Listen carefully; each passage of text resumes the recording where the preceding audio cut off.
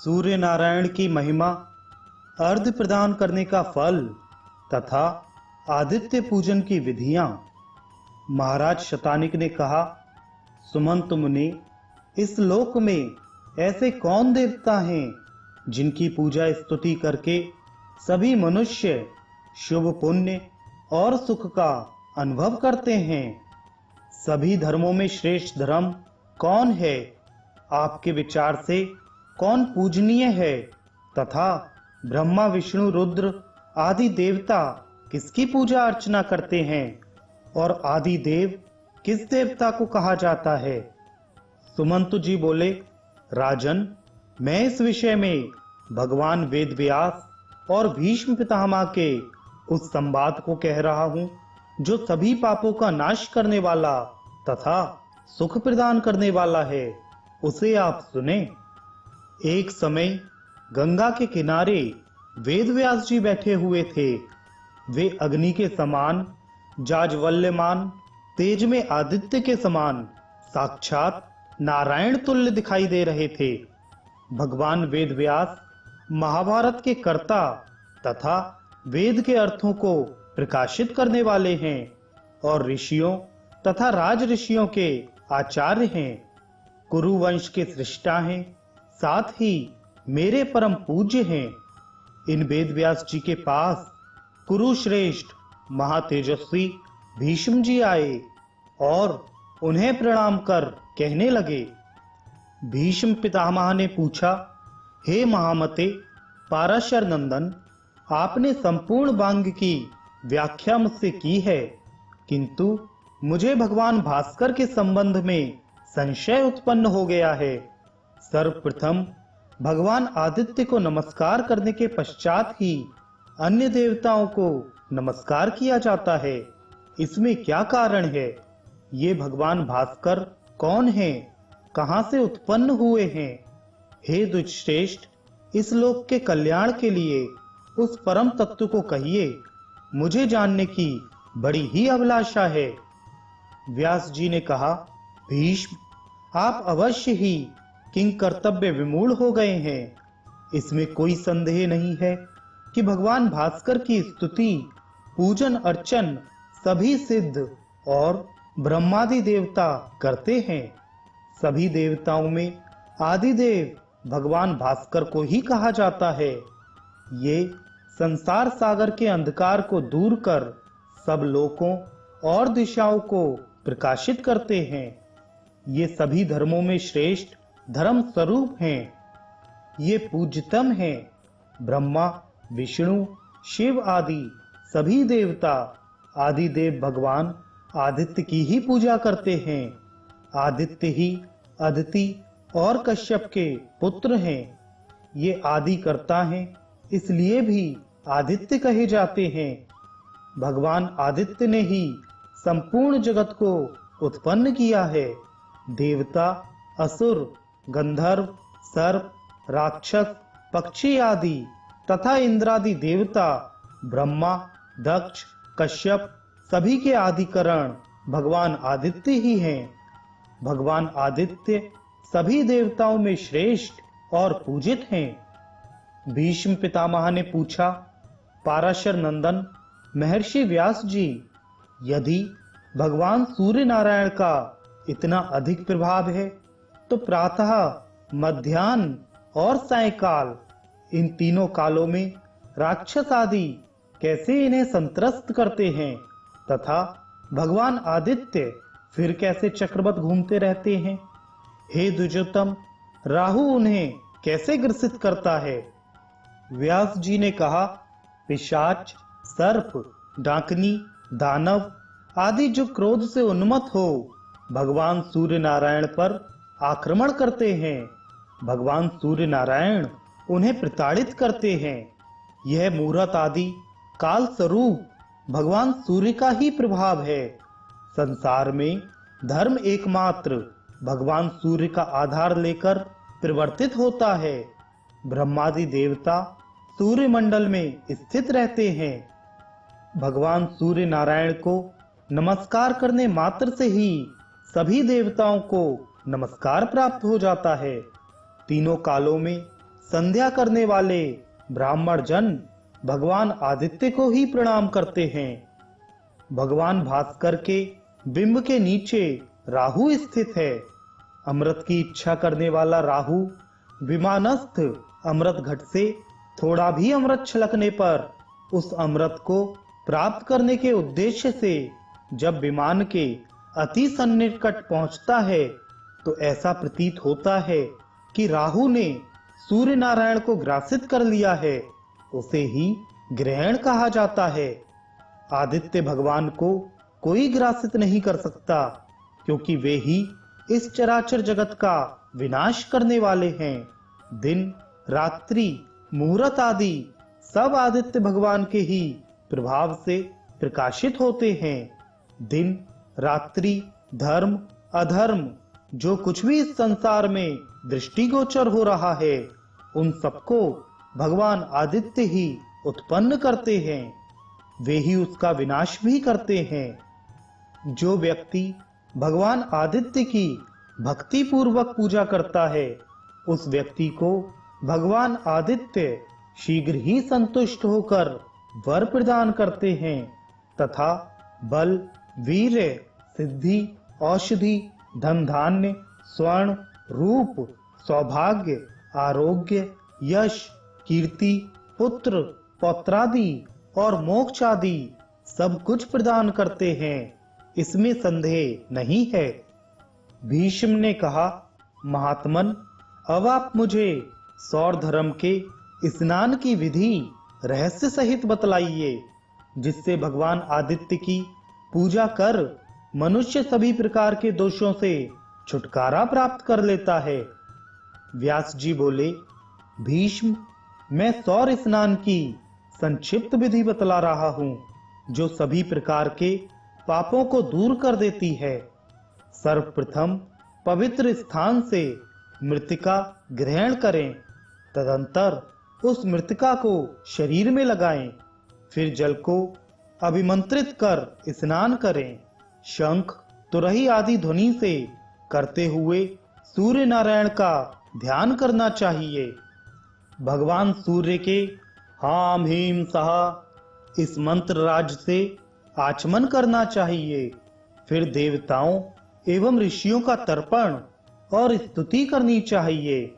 अपस्वय होकर पितरों का तर्पण करें, अनंतर संध्या वंदन करें।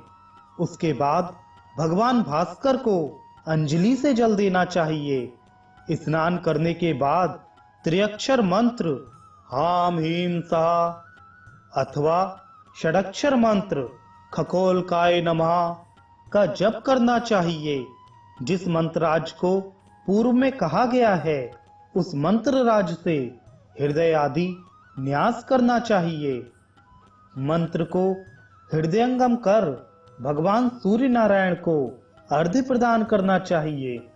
एक ताम पात्र में गंध, लाल चंदन आदि से सूर्य मंडल बनाकर उसमें करवीर आदि के पुष्प, गंधोदक, रक्त चंदन, कुश, तिल, चावल आदि स्थापित कर घुटने को मोड़ उस ताम पात्र को उठाकर सिर से लगाएं और भक्ति पूर्वक राम हीम सहा इस मंत्र राज से भगवान सूर्य नारायण को अर्घ्य प्रदान करें। जो व्यक्ति इस विधि से भगवान आदित्य को अर्घ्य निवेदन करता है, वह सभी पापों से मुक्त हो जाता है। हजारों संक्रांतियों, हजारों चंद्र ग्रहणों, हजारों गोदानों तथा पुष्कर एवं कुरुक्षेत्र आदि तीर्थों में स्नान करने से जो फल प्राप्त होता है, वह फल केवल सूर्य नारायण को अर्घ्य प्रदान करने से ही प्राप्त हो जाता है। सौर दीक्षा विहीन व्यक्ति भी यदि भगवान आदित्य को संवत्सर पर्यंत अर्घ्य प्रदान करता है, तो उसे भी वही फल प्राप्त होता है। इसमें कोई संदेह नहीं है। फिर दीक्षा को ग्रहण कर जो विधि पूर्वक अर्घ्य प्रदान करता है, वह व्यक्ति इस संसार सागर को पार कर भगवान भास्कर में विलीन हो जाता है। भीष्म ने कहा, ब्रह्मान, आपने पाप हरण करने वाली स्नान विधि तो बता दी, अब कृपा कर उनकी पूजा विधि भी बताइए, जिससे मैं भगवान सूर्य की पूजा कर सकूं। व्यास जी बोले, भीष्म, अब मैं आदित्य पूजन की विधि कह रहा हूं, आप सुने। आदित्य पूजक को चाहिए कि स्नान आदि से पवित्र होकर किसी शुद्ध एकांत स्थान में प्रसन्न होकर भास्कर की पूजा करे। वह श्रेष्ठ सुंदर आसन पर पूर्वाभिमुख बैठे, सूर्य मंत्रों से करन्यास एवं हृदयादि न्यास करे। इस प्रकार आत्मशुद्धि कर न्यास द्वारा भगवान सूर्य की अपने में भावना करे। अपने को भास्कर समझकर स्थंडिल पर भानु की स्थापना करके विधिवत पूजा करे। दक्षिण पार्श्व में पुष्प की टोकरी एवं वाम पार्श्व में जल से परिपूर्ण ताम्र पात्र स्थापित करे। पूजा के लिए उपकल्पित सभी द्रव्यों का अर्धपात्र के जल से प्रोक्षण कर पूजन करे। अनंतर मंत्रवेत्ता एकाग्रचित होकर सूर्य मंत्रों का जप करे। भीष्म ने कहा, भगवन, अब आप भगवान सूर्य की वैदिक अर्चना विधि बतलाइए। व्यास जी बोले, भीष्म, आप इस संबंध में सूर्यज्येष्ठ, ब्रह्मा तथा विष्णु के मध्य हुए संवाद को सुने। एक बार ब्रह्मा जी मेरु पर्वत पर स्थित अपनी मनोवती नाम की सभा में सुखपूर्वक बैठे हुए थे। उसी समय विष्णु भगवान ने प्रणाम कर उनसे कहा, ब्रह्मान, आप भगवान भास्कर की आराधना विधि बताएं और मंडलस्थ भगवान सूर्य नारायण की पूजा किस प्रकार करनी चाहिए, इसे कहें। ब्रह्मा ने कहा, महाबाहो, आपने बहुत उत्तम बात पूछी है। आप एकाग्रचित्त होकर भगवान भास्कर की पूजन विधि सुनिए। सर्वप्रथम शास्त्रोक्त विधि से भूमि का विधिवत शोधन कर केसर आदि गंधों से 7 आवरणों से युक्त कर्णिका समन्वित एक अष्टदल कमल बनाएं। उसमें दीप्ता आदि सूर्य की दिव्य अष्ट शक्तियों को पूर्वादि क्रम से ईशान कोण तक स्थापित करें। बीच में सर्वतोमुखी देवी की स्थापना करें। दीप्ता सूक्ष्मा, जया, भद्रा, विभूति, विमला, अमोघा, विद्युता और सर्वतोमुखी, ये 9 सूर्य शक्तियां हैं। इन शक्तियों का आवाहन कर पद्म की कर्णिका के ऊपर भगवान भास्कर को स्थापित करना चाहिए। उदूतयम जातवेदसम तथा अग्निदूतम, ये मंत्र आवाहन और उपस्थान के कहे गए हैं। आकृष्णेन राजसा तथा हाम सहा शुचिपद, इन मंत्रों से भगवान सूर्य की पूजा करनी चाहिए। आकृष्णेन रजसा तथा हाम सहा शुचिपद, इन मंत्रों से भगवान सूर्य की पूजा करनी चाहिए। अपप्ते तारकम मंत्र से दीप्ता देवी की पूजा करें। अदुश्र मत्स्य केतवो मंत्र से सूक्ष्मा देवी की। तरणि विश्व दर्शितो से जया की। प्रत्यंग देवना, इस मंत्र से भद्रा की। येना पावक चक्सा, इस मंत्र से विभूति की। विद्यामेशी, इस मंत्र से विमला देवी की पूजा करनी चाहिए। इसी प्रकार से अमोघा, विद्युता तथा सर्वतोमुखी देवियों की भी पूजा करनी चाहिए। अनंतर वैदिक मंत्रों से सप्तावरण पूजन पूर्वक मध्य में भगवान सूर्य की पूजा करे। भगवान सूर्य एक चक्र वाले रथ पर बैठकर श्वेत कमल पर स्थित हैं। उनका लाल वर्ण है। वे सर्वाभरण भूषित तथा सभी लक्षणों से समन्वित और महातेजस्वी हैं। उनका बिंब वर्तुलाकार है। वे अपने हाथ में कमल और धनुष लिए हुए हैं। ऐसे उनके स्वरूप का ध्यान कर नित्य श्रद्धा भक्ति पूर्वक उनकी पूजा करनी चाहिए। भगवान विष्णु ने कहा, हे सुरश्रेष्ठ, मंडलस्थ भगवान भास्कर की प्रतिमा रूप में किस प्रकार से पूजा की जाए, उसे आप बतलाने की कृपा करें। ब्रह्मा जी बोले, हे सुव्रत, आप एकाग्रचित्त मन से प्रतिमा पूजन की विधि को सुनिए। इसे तो इस मंत्र से भगवान सूर्य के सिर प्रदेश की पूजा करनी चाहिए। अग्नि मिले, इस मंत्र से भगवान सूर्य के दक्षिण हाथ की पूजा करनी चाहिए। अग्न आयाहि, इस मंत्र से सूर्य भगवान के दोनों चरणों की पूजा करनी चाहिए। आजिग्नम, इस मंत्र से पुष्पमाला समर्पित करनी चाहिए। योगे योगे, इस मंत्र से पुष्पांजलि देनी चाहिए। समुद्रम गच्छ, तथा इमं में गंगे, तथा समुद्र ज्येष्ठा, इन मंत्रों से उन्हें अंगराग लगाएं। आप्यायसा, इस मंत्र से दुग्ध स्नान। दधकाणवो, इस मंत्र से दधी स्नान। तेजोसी शुक्र, इस मंत्र से घृत स्नान। तथा या औषधि, इस मंत्र द्वारा औषधि स्नान कराएं। इसके बाद द्विपदा, इस मंत्र से भगवान का उद्धर्तन करें। फिर मानस्तुके, इस मंत्र से पुनः स्नान कराएं। विष्णुरराट, इस मंत्र से गंध तथा जल से स्नान कराएं। स्वर्ण धर्मा, इस मंत्र से पाद्य देना चाहिए।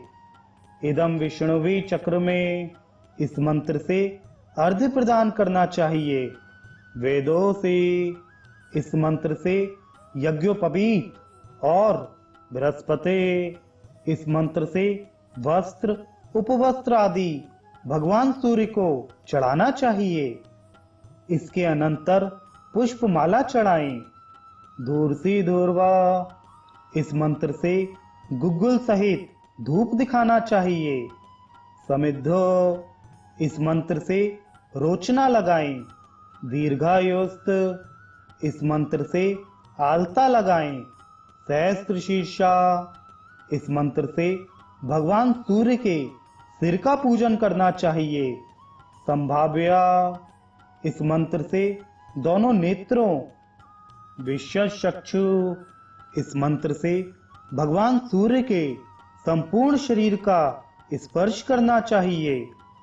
श्रीश्चा ते लक्ष्मीश्चा, इस मंत्र का उच्चारण करते हुए विधि पूर्वक भगवान सूर्य नारायण का श्रद्धा भक्ति पूर्वक पूजन अर्चन करना चाहिए।